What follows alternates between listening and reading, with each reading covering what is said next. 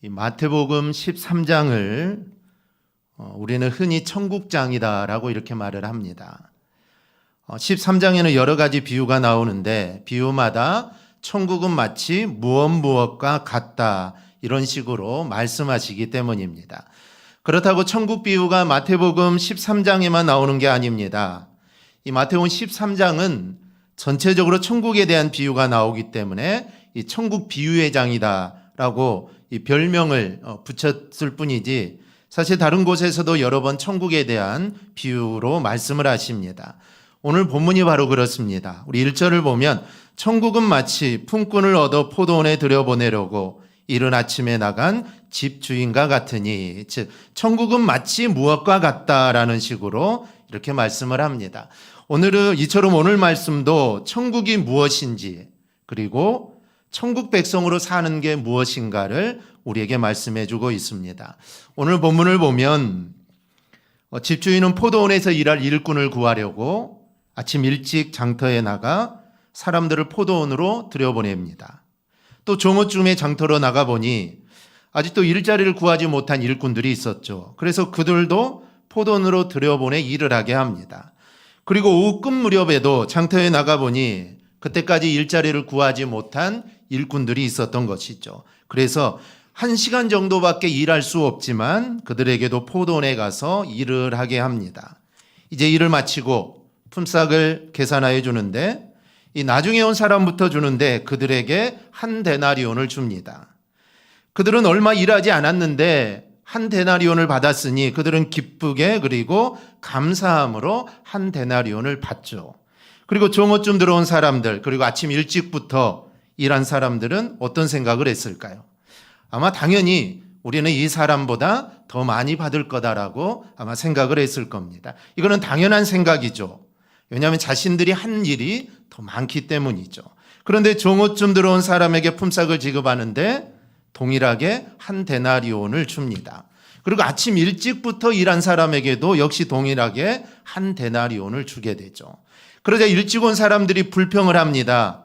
자신들 아침 일찍부터 와서 하루 종일 더위와 싸우면서 일을 했는데 1시간밖에 일하지 않는 사람과 똑같이 주냐고 주인에게 따지게 되죠. 나중 온 사람들이 한 데나리온을 받을 때 아마 일찍 온 사람들은 우리가 고생을 많이 했으니까 아마 그들보다는 더 많이 받을 거라고 그렇게 알았습니다. 그러나 주인은 단호하게 한 데나리온을 약속하고 일하지 않았느냐라고 하면서 포도원에 일한 모든 사람들에게 동일하게 한 데나리온을 줍니다. 사실 상식적으로 생각하면 주인이 이상합니다. 누가 봐도 아침 일찍 일한 사람과 일을 마치기 1시간 전에 들어온 사람은 일한 양이 다릅니다. 그러니 아침 일찍 일한 사람들이 우리는 더 많이 받을 거다라고 생각한 것은 이거는 당연한 일이죠. 우리가 현실에서 우리가 임금을 받는 방법도 이렇습니다. 많이 일하면 그 많은 또 보수를 받게 되는 것이죠. 그래서 상식적으로 생각하면 오늘 본문의 주인은 사실 이상한 사람입니다. 그런데 우리가 이것을 상식이다. 1시간 일한 사람이 한 데나리온을 받았다면 많이 일한 사람은 더 많은 것을 받아야 된다는 게 상식이라고 생각하는 순간 우리가 놓치게 되는 것이 있습니다. 그것은 처음부터 포도원에 들어갈 때 주인과 일꾼은 한 데나리온의 약속을 했다라는 점입니다. 이들은 이 약속을 다 잊어버리고 더 받느냐 덜 받느냐는 사실 쓸데없는 논쟁을 하고 있는 것이죠. 오늘 우리는 이 한 데나리온의 약속을 다시 한번 생각하면서 하나님이 우리를 어떻게 대하시는지 그리고 우리는 세상 사람들과 똑같이 중요한 것을 잊고 있지 않은지를 우리는 함께 점검해 보아야 할 겁니다. 먼저 한 데나리온의 약속은 우리에게 일하게 하시는 하나님의 은혜입니다. 비유에 나오는 주인의 모습을 보면 그는 넓은 포도원을 가지고 있었습니다. 그러니 포도원을 잘 가꾸기 위해서는 사실 일꾼의 손길이 필요한 것이죠. 그래서 그는 아침 일찍 인력시장에 나가 일꾼을 모집한 겁니다. 이 장터는 오늘날로 이야기하면 인력시장이라고 할 수가 있죠. 이 미국의 엘리엇 르보의 길모퉁이의 사람들이라는 인류학 보고서가 있습니다. 이 1960년대 미국의 흑인 빈민들의 삶을 조명한 이 보고서입니다. 이 연구자 엘리엇 르보는 그들 속으로 들어가서 그들의 삶을 관찰하면서 이 가난한 흑인의 삶을 지켜보았는데 의미 있는 풍경 하나로 그들의 삶을 통찰해냅니다. 그것은 바로 아침 일찍 아침마다 이 샌드위치 봉지를 든 남성들이 길모퉁이에 서 있으면 픽업 트럭이 와서 지목하는 사람들을 태우고 어디론가를 가는 겁니다. 그러기를 반복하다 오전이 지나도록 픽업에 타지 못한 이들은 힘없이 발길을 돌리게 됩니다. 이 길모퉁이는 1960년대 흑인 빈민가의 인력 시장이었던 것이죠. 거기서 선택을 받으면 하루에 일당을 벌 수 있지만 아침 일찍 나갔다고 해도 선택을 받지 못하면 결국 그날은 일당을 벌지 못하게 되는 겁니다. 당시 가난한 흑인의 삶을 길모퉁이의 사람들이라는 그 단어로 그들의 삶을 표현한 것이죠. 1960년대 흑인 빈민가의 길모퉁이가 인력 시장이었다면 예수님의 당시에는 장터가 자연스럽게 형성된 인력 시장이었습니다. 그래서 일꾼이 필요했던 이 주인은 이 장터로 나갔고 거기서 일손을 구한 것이죠. 그런데 이 주인은 오전에만 나가서 일손을 구한 게 아닙니다. 하루 일당을 주며 일손을 쓸 때는 사실 하루 종일 쓰기 위해서 일손을 구하는 것이죠. 그런데 이제 정오쯤에 가서 일손을 또 구합니다. 그러면 이 일꾼들은 기껏해야 반나절밖에 쓰지 못하게 되는 것이죠. 그런데 이 주인은 정오에 가서 일꾼들을 또 들여보내서 일을 하게 합니다. 여기까지는 그런대로 이해가 될 수 있죠. 일이 너무 많으면 정말 반나절만이라도 일해줄 사람이 필요한 것이죠. 그런데 일을 마치기 1시간 전쯤 장터로 나갑니다. 1시간밖에 남지 않았는데도 일손을 구하러 나간 것이죠. 일반적으로 이 시간이면 아무리 바빠도 일손을 구하지 않습니다. 왜냐하면 이제 1시간밖에 쓸 수 없으니 차라리 다음 날 좀 더 아침 일찍 나가서 새롭게 일꾼을 구하는 게 사실 더 낫기 때문이죠. 그런데 주인은 그 1시간밖에 쓸 수 없음에도 불구하고 일꾼을 포도원에 보내서 일을 하게 합니다. 오늘날 관점으로 보면 이 주인이 이상합니다. 그런데 우리는 이야기에서 주인이 하나님을 이야기한다라는 것을 우리는 알아야 합니다. 그러면 하루에 3번씩이나 인력시장에 나가서 일꾼들을 포도원으로 들어보내는 것에서 우리는 하나님의 어떤 모습을 볼 수 있습니까? 그만큼 하나님은 우리를 당신의 일을 하는 일꾼으로 사용하기를 원하신다라는 사실입니다. 하나님은 당신의 자녀들이 일꾼이 되기를 원하십니다. 즉 하나님의 나라를 세우는 일에 저마다 가진 달란트를 가지고 땀을 흘려서 일을 하는 일꾼이 되기를 하나님은 원한다는 것이죠. 근데 이거는 어느 특정한 사람만이 아닙니다. 목사나 선교사만을 의미하지 않습니다. 즉 모두가 일하는 것을 바라신다는 것이죠. 우리는 이런 하나님의 마음을 사실 읽을 줄 알아야 합니다. 우리 모두가 일하기를 바라시는 하나님의 마음을 2가지로 설명할 수 있습니다. 하나는 일손이 부족하다라는 것이죠. 마태복음 9장을 보면은 이에 제자들에게 이르시되 추수할 것은 많되 일꾼이 적으니 그러므로 추수하는 주인에게 청하여 추수할 일꾼들을 보내주소서 하라 하시니라. 정말 추수할 것은 너무나 많은데 일꾼이 적다라는 것이죠. 이렇게 하나님의 나라는 여러분 일꾼이 필요합니다. 얼마나 많은 시간, 즉 하루 종일 일을 했느냐, 아니면 반나절 일을 했느냐, 아니면 1시간밖에 일을 하지 못했느냐. 사실 얼마나 많은 시간을 일을 했느냐가 중요한 게 아니라 일꾼이 더 있냐가 시급하다는 것이죠. 그래서 주인은 1시간밖에 남지 않았음에도 불구하고 장터로 나가서 포도원에서 일할 일꾼을 바로 구한 것입니다. 여러분 하나님의 나라는 여러분 일꾼이 부족합니다. 그 일손이 되어야 할 사람이 누굽니까? 그것은 바로 저와 여러분입니다. 그러니 하나님의 나라 일꾼이 되어 하나님의 역사를 함께 이루어 나갈 수 있기를 바랍니다. 일꾼을 부르는 2번째 이유는 하나님은 우리 모두가 일꾼이 되기를 바라십니다. 하나님은 우리를 그냥 구원하시는 게 아닙니다. 일꾼이 되도록 하나님 우리를 구원하신 것이죠. 하나님이 기뻐하시는 일을 위해서 하나님은 저와 여러분을 구원해 주신 것입니다. 그냥 구원해 주고 그냥 잘 살아라. 그게 아니라 구원해 주신 것은 우리에게 일을 맡기시고 우리를 일꾼으로 삼으시기 위해서 하나님 우리를 구원해 주신 겁니다. 사실 구원은 은혜이고 공짜입니다. 구원에는 사실 조건이 없습니다. 내가 어떤 삶을 사느냐, 내가 하나님 말씀에 얼마나 순종하며 사느냐를 보시고 우리를 구원해 주시는 것이 아닙니다. 그렇다면 사실 이 세상에 구원받을 사람은 사실 아무도 없습니다. 그래서 하나님의 구원은 이미 창세전에 이루어진 것입니다. 즉 하나님은 창세전에 이 세상을 창조하시기 전에 나를 지명하신 것이죠. 즉 나를 구원하기로 작정하신 겁니다. 그리고 하나님의 때가 되어 내가 이 땅에 태어나고 나를 불러주셨고 나를 하나님의 자녀 삼아주신 겁니다. 그러니 이게 얼마나 하나님의 큰 은혜이고 이게 얼마나 큰 복인지 모릅니다. 그리고 하나님은 구원받은 우리가 하나님의 일꾼이 되기를 바라고 계십니다.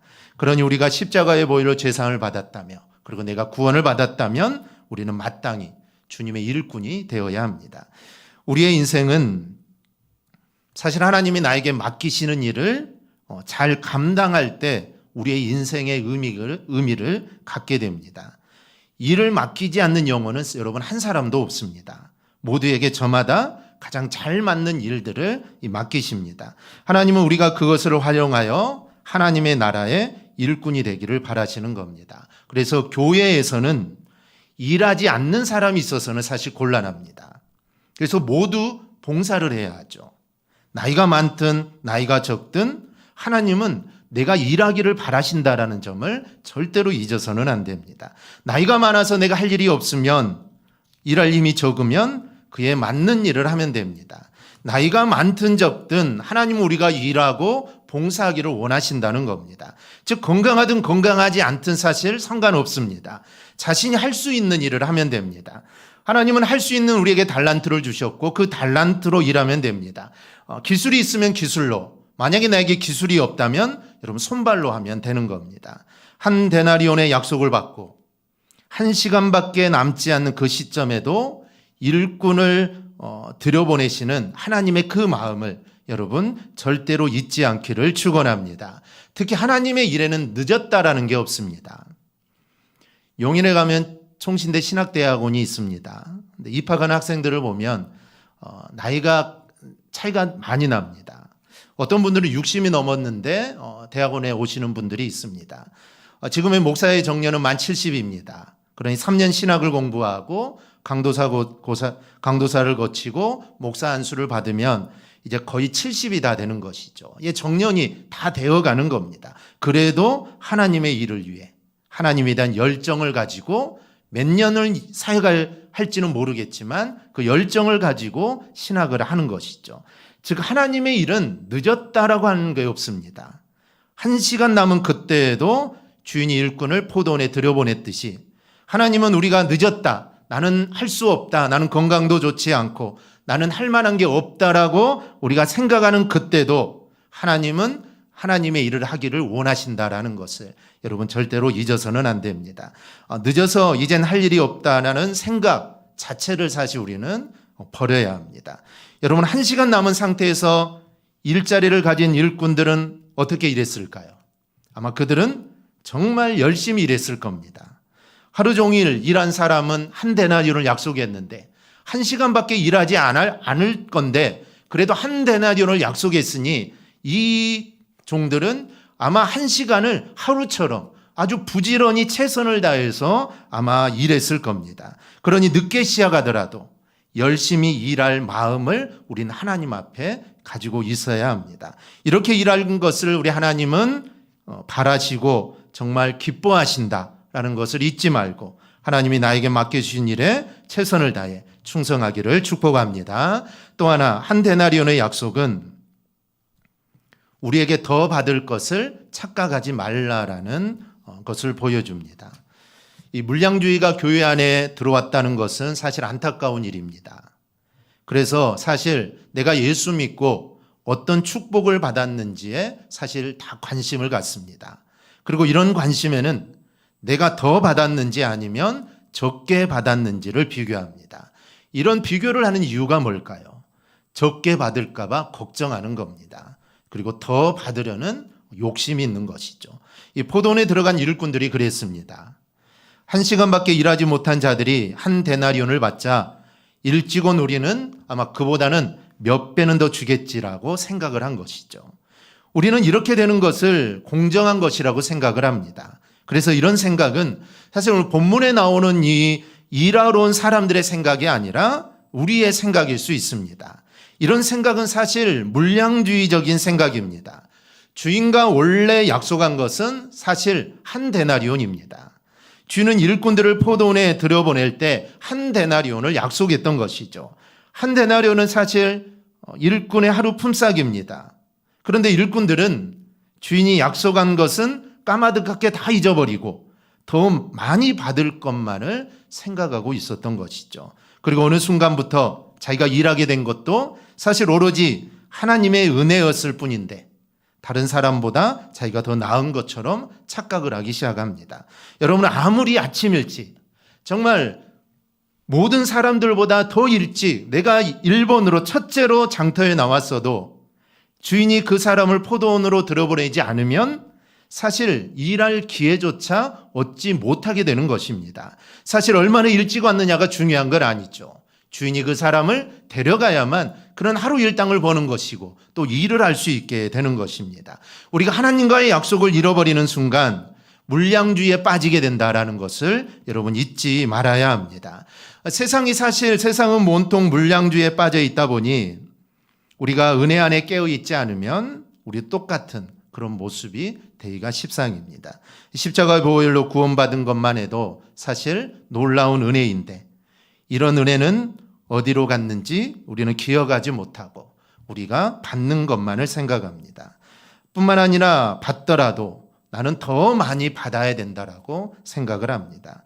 하나님의 약속은 무엇입니까? 오직 한 데나리온인데 그것도 변하지 않는데도 더 많이 받을 것만을 생각했던 것이죠.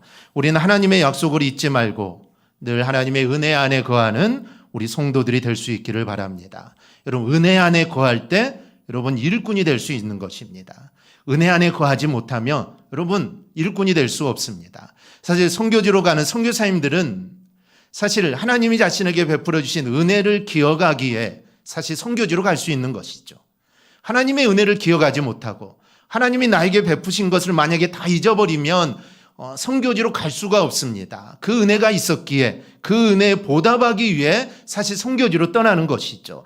은혜를 잊어버리는 순간 우리는 일꾼이 될 수 없습니다. 은혜를 기억할 때 우리는 하나님의 일꾼이 될 수 있고 그런 일꾼의 봉사를 우리 하나님은 기쁘시게 받으십니다. 셋째, 우리는 한 데나리온의 약속을 경종으로 삼아야 합니다. 주인은 불평하는 자들에게 한 데나리온의 약속을 상기시켜 줍니다. 한 데나리온을 약속했고 일한 사람들에게 한 데나리온을 주는 게 당신의 뜻이니 약속한 한 데나리온을 받아 가라고 합니다. 당신의 것을 당신 뜻대로 할 게 아니냐라고 반문을 하죠. 즉 하나님의 뜻은 우리가 하나님의 동일한 은혜 가운데 거하는 것, 이게 바로 하나님의 뜻입니다. 크다 작다, 나는 많이 받았고 나는 많이 받지 못했다라는 것을 따지는 것은 자신의 공로를 따지는 것입니다. 그런데 하나님께 받은 은혜, 우리가 하나님께 많은 은혜를 받았는데 하나님께 받은 은혜에 우리의 공로는 몇 %나 기여하고 있을까요? 십자가 구속, 예수 그리스도의 십자가 구속으로 우리가 구원을 받았는데 그 십자가의 구속에 우리의 노력은 얼마나 기여하고 있을까요? 우리가 아무리 놀라운 일을 하더라도 그것이 구원에 대한 공로가 되지는 못한다는 겁니다. 사실 우리는 하나님 앞에 죄인입니다. 사실 이 죄인이라는 사실 하나만으로 우리는 죽을 수밖에 없는 존재입니다. 우리가 한 것은 사실 무엇이든지 이유가 될 수가 없습니다. 그저 하나님께서 베푸신 은혜만이, 그 은혜로 인해 우리가 구원을 받게 된 겁니다. 그러니 우리가 할 수 있는 것은 한 시간을 남겨놓고 일을 했던 사람들의 그런 반응입니다. 즉 일하게 하심을 감사하는 것이죠. 즉 하나님이 나에게 건강을 주시고 또 달란트를 주시고 내가 주의 전을 위해 일할 수 있는 거, 그것에 대해 우리는 감사할 뿐입니다. 내가 많은 일을 해서 내가 하나님께 더 많은 것을 받을 거다라는 것이 아니라 정말 나를 일하게 해주심 그 자체에 우리는 감사함으로 우리는 살아야 합니다. 그리고 주님의 일에 쓰임받는 것 자체를 우리는 즐거워해야 하는 것입니다. 내가 하나님의 전에서 내가 직분을 받고 또 여러 가지 모습으로 내가 일하는 것, 그 일 자체에 우리는 즐거워야 하는 것입니다. 여러분, 즐거운 마음으로 하지 못하는 것, 우리가 하나님의 일을 헌신하고 봉사하면서 사실 내 마음에 만약에 즐거움이 없다면, 그건 안 된다는 것입니다. 그래서 무엇을 하든지 그 일이 어려운 일일 수도 있고, 아니면 힘든 일일 수도 있고, 아니면 가벼운 일일 수도 있습니다. 하지만 그 일을 할 때는 항상 기쁘게, 그 일한 그 자체에 즐거워하며 우리는 기쁜 마음으로 해야 합니다. 이런 마음을 가지면 다른 사람이 받은 것에 대해서 이랬다 저랬다 말할 수가 없습니다. 그저 내게 주신 은혜가 늘 감격스러울 뿐이죠. 그런데 주님 마지막 16절에서 이런 말씀을 하십니다. 이와 같이 나중된 자로서 먼저 되고 먼저 된 자로서 나중되리라. 이 말씀은 앞장 19장에서도 똑같이 하신 말씀입니다. 무언가 우리가 하나님의 은혜를 받았다 싶으면 우리는 항상 귓가에 경종을 달아야 합니다. 먼저 되었다고 교만하는 순간 넘어진다. 먼저 된 자가 나중되고 나중된 자가 먼저 된다. 이 경종이 사실 우리의 귓가에 늘 울려 퍼져야 하는 것입니다. 그래서 우리가 하나님께 많은 은혜를 받았는데 그 은혜만을 생각하고 우리는 교만해질 수가 있습니다. 그럴 때마다 이 말씀이 경종이 되어야 한다라는 것이죠. 이 자동차로 후진할 때 삐삐삐 소리가 납니다. 이제 무언가 물체가 곧 가까이 온다라는 것이죠. 그러면 조심해야 하죠. 그런데 아주 가까워지면 그 소리가 더 빨라지죠. 삐삐삐삐 하면서 그 소리가 계속해서 빨라집니다. 그때 브레이크를 밟지 않으면 뒤하고 충돌을 하게 되죠. 한 데나리온의 약속. 내가 어떤 일을 했든지, 아니 일찍 와서 일을 했든지, 아니면 1시간밖에 일을 하지 못했지라도 내가 너에게 약속한 것은 한 데나리온이다. 이 한 데나리온의 약속은 우리가 스스로 무언가 되는 줄로 착각할 때 그렇게 착각하지 말라는 하나님의 경종의 말씀입니다.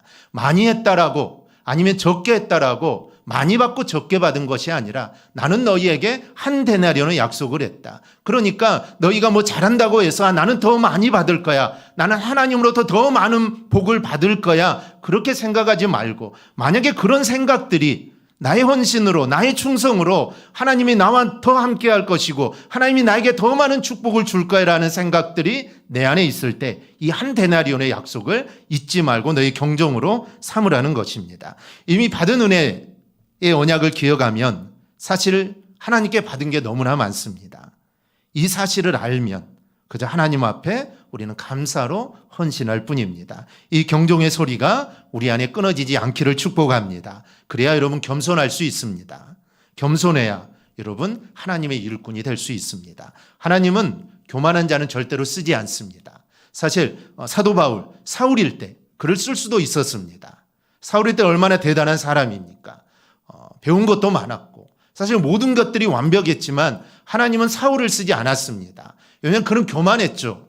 자신이 하나님을 잘 섬긴다고 생각했고 예수 믿는 자를 핍박하는 게 하나님을 섬긴다라고, 그리고 자신은 그 일에 최선을 다하고 나는 대단한 사람이다, 하나님의 열심이다라는 그런 교만이 그 안에 가득 차 있을 때 하나님이 그를 사용하지 않았습니다. 그리고 그를 다 무너뜨리고 바울로 만든 후에, 그를 겸손한 자로 만든 후에 하나님은 바울을 위대한 사도로 사용하시게 됩니다. 사도 바울은 자신의 모든 걸 다 버리게 되죠.